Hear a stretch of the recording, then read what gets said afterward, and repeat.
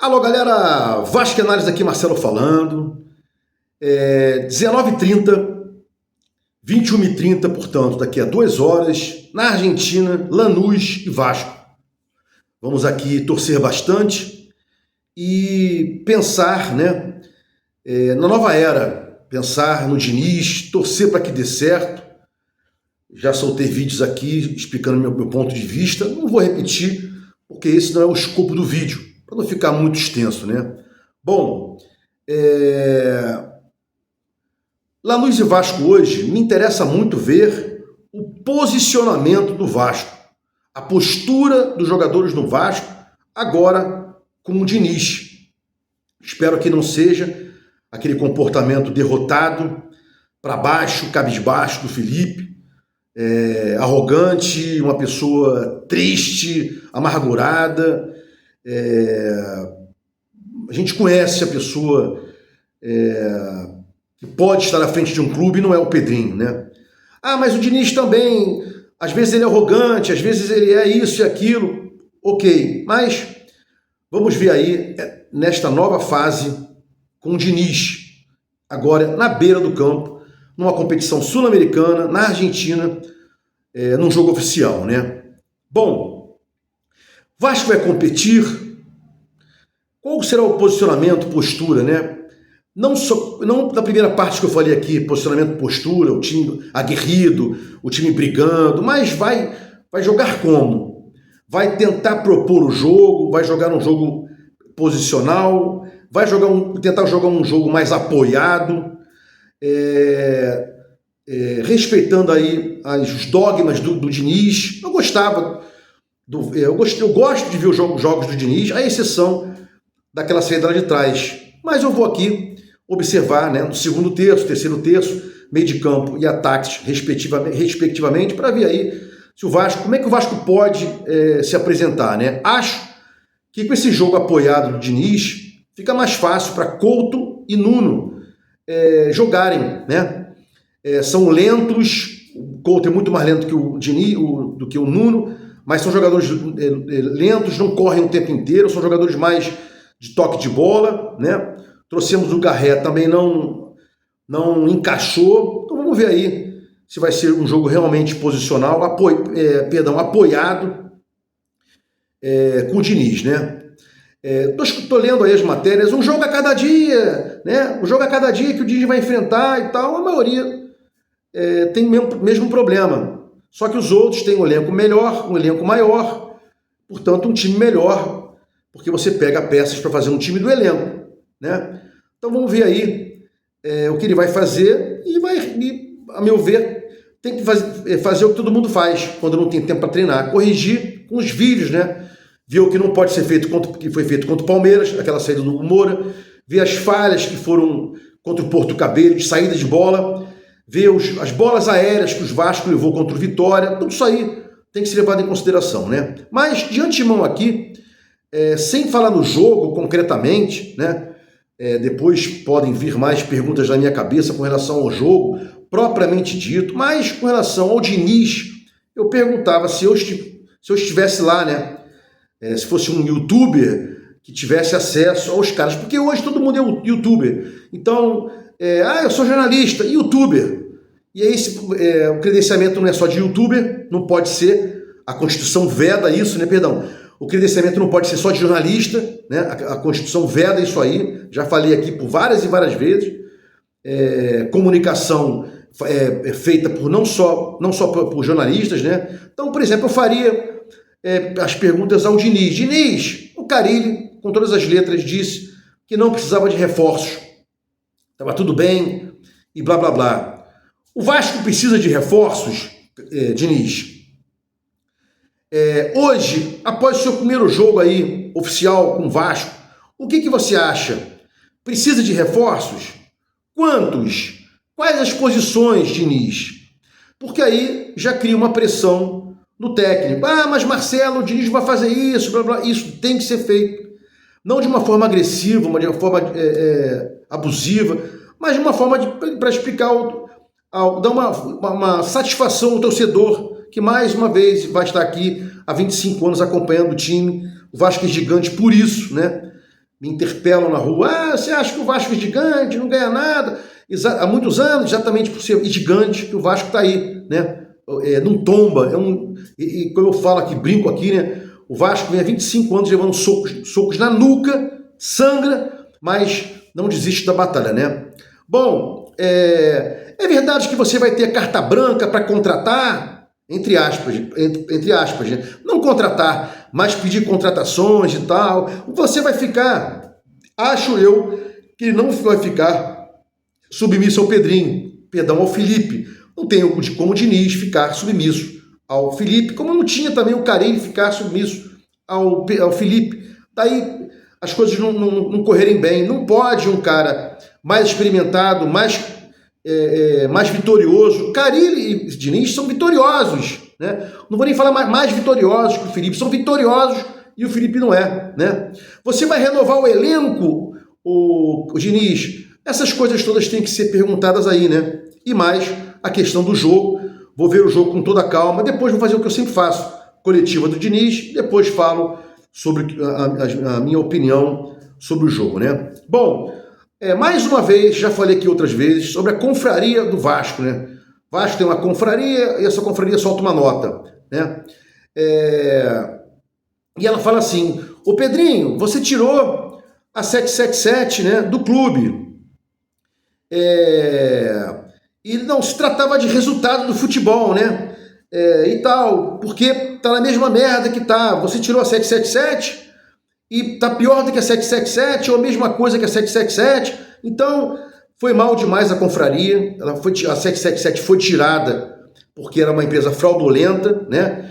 E quem diz aí que o Vasco, que o Vasco retomaria as ações da 777, eu duvido, né? Haveria um aporte, sim, pela ACAP, não perderia esse filão aí do Vasco, não acredito nisso, que ela perderia, deixaria de aportar, tanto que ela não deixaria de aportar para o Vasco retomar por um valor simbólico de R$1.000, R$10.000, que ela está aí brigando na justiça.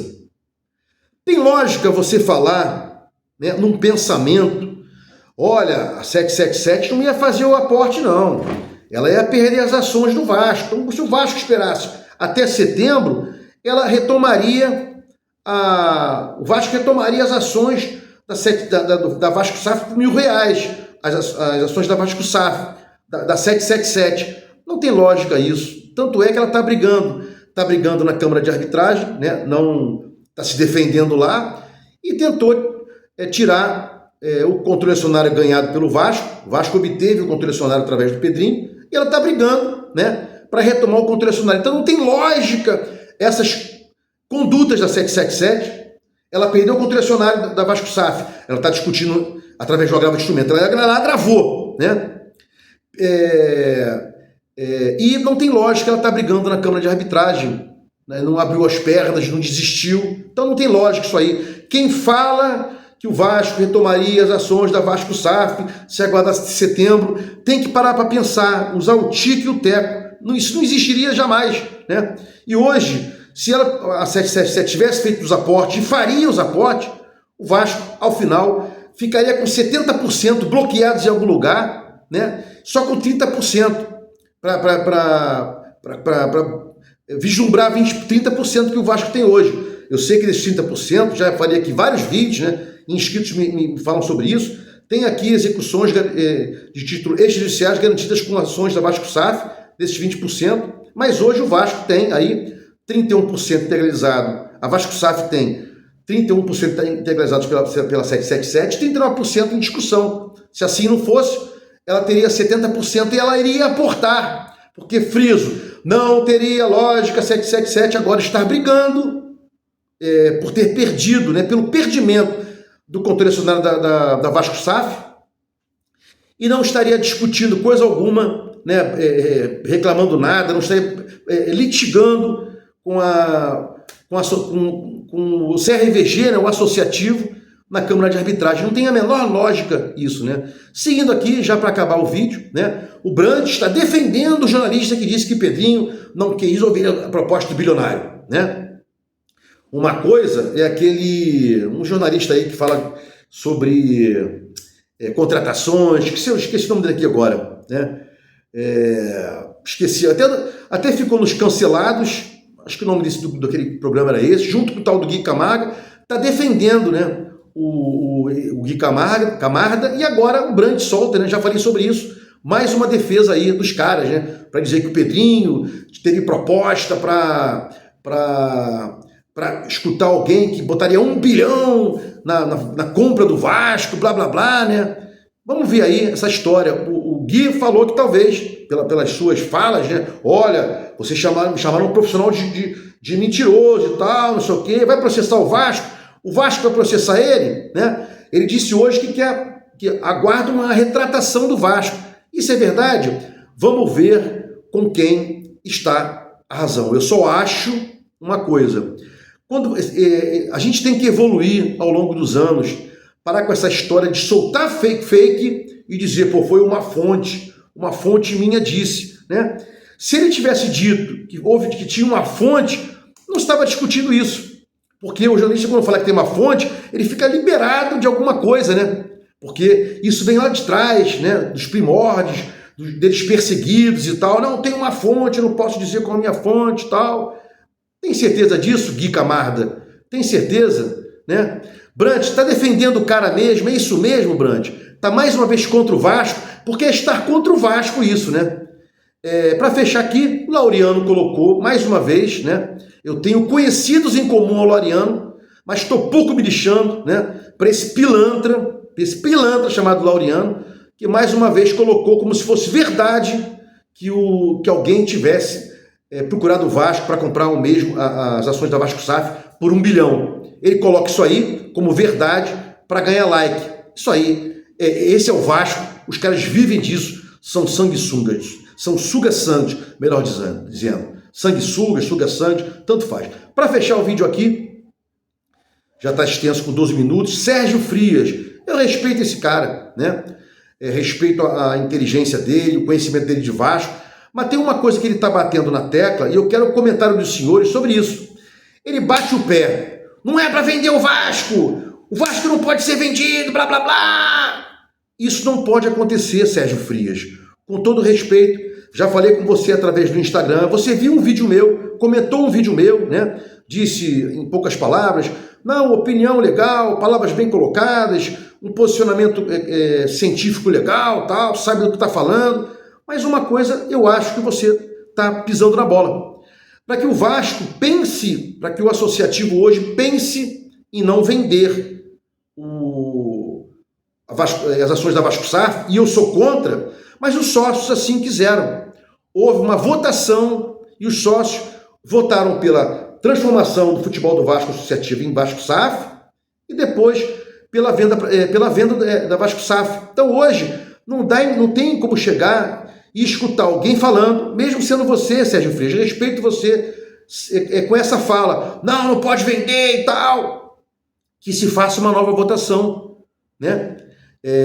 Que se faça um plebiscito ou um referendo, tanto faz. Referendo, está satisfeito aí com a venda do Vasco? Vamos vender de novo? Plebiscito, vamos vender e não sei o quê? Ou vamos tentar associativo? Mas o que não pode fazer agora, né, é deixar de respeitar a posição do sócio que quis vender o futebol para 777. Então agora, e o Pedrinho já disse que quer vender, só não tem como vender, inclusive soltei vídeo ontem dizendo que canalhas vivem dizendo, Pedrinho, você é o pior presidente, que você não vende, dá teu jeito para vender. Não tem o que vender, eu já falei aqui que em 300 vídeos, a mesma coisa, não vou repetir. Só acho que quem hoje opta pela fala com argúcia, dizendo, não pode vender e tal, apesar de eu concordar e não querer que o Vasco fosse vendido, que o associativo prevalecesse, tem que haver uma espécie de votação, qualquer delas, porque hoje, até hoje, desde sempre, o que vigora é o posicionamento do sócio dizendo, eu quis vender, eu quis me transformar em Vasco SAF, o sócio dizendo para o associativo, e quis vender para 777, né? E aí não pode simplesmente o Vasco retomar, deveria haver um novo tipo de votação. Quero a tua opinião aí, nesse sentido. Não pode ser feito o que a gente chama de mano humanitária. Não pode, abruptamente, à força, não pode se passar por cima do sócio. Se gostou dos comentários, inscreve no meu canal Vasco Análise, dá um like para mostrar o YouTube engajamento, sininho para mostrar o YouTube que você quer receber meus vídeos quando forem ao ar. Vasco Análise, fique com Deus e até o próximo vídeo.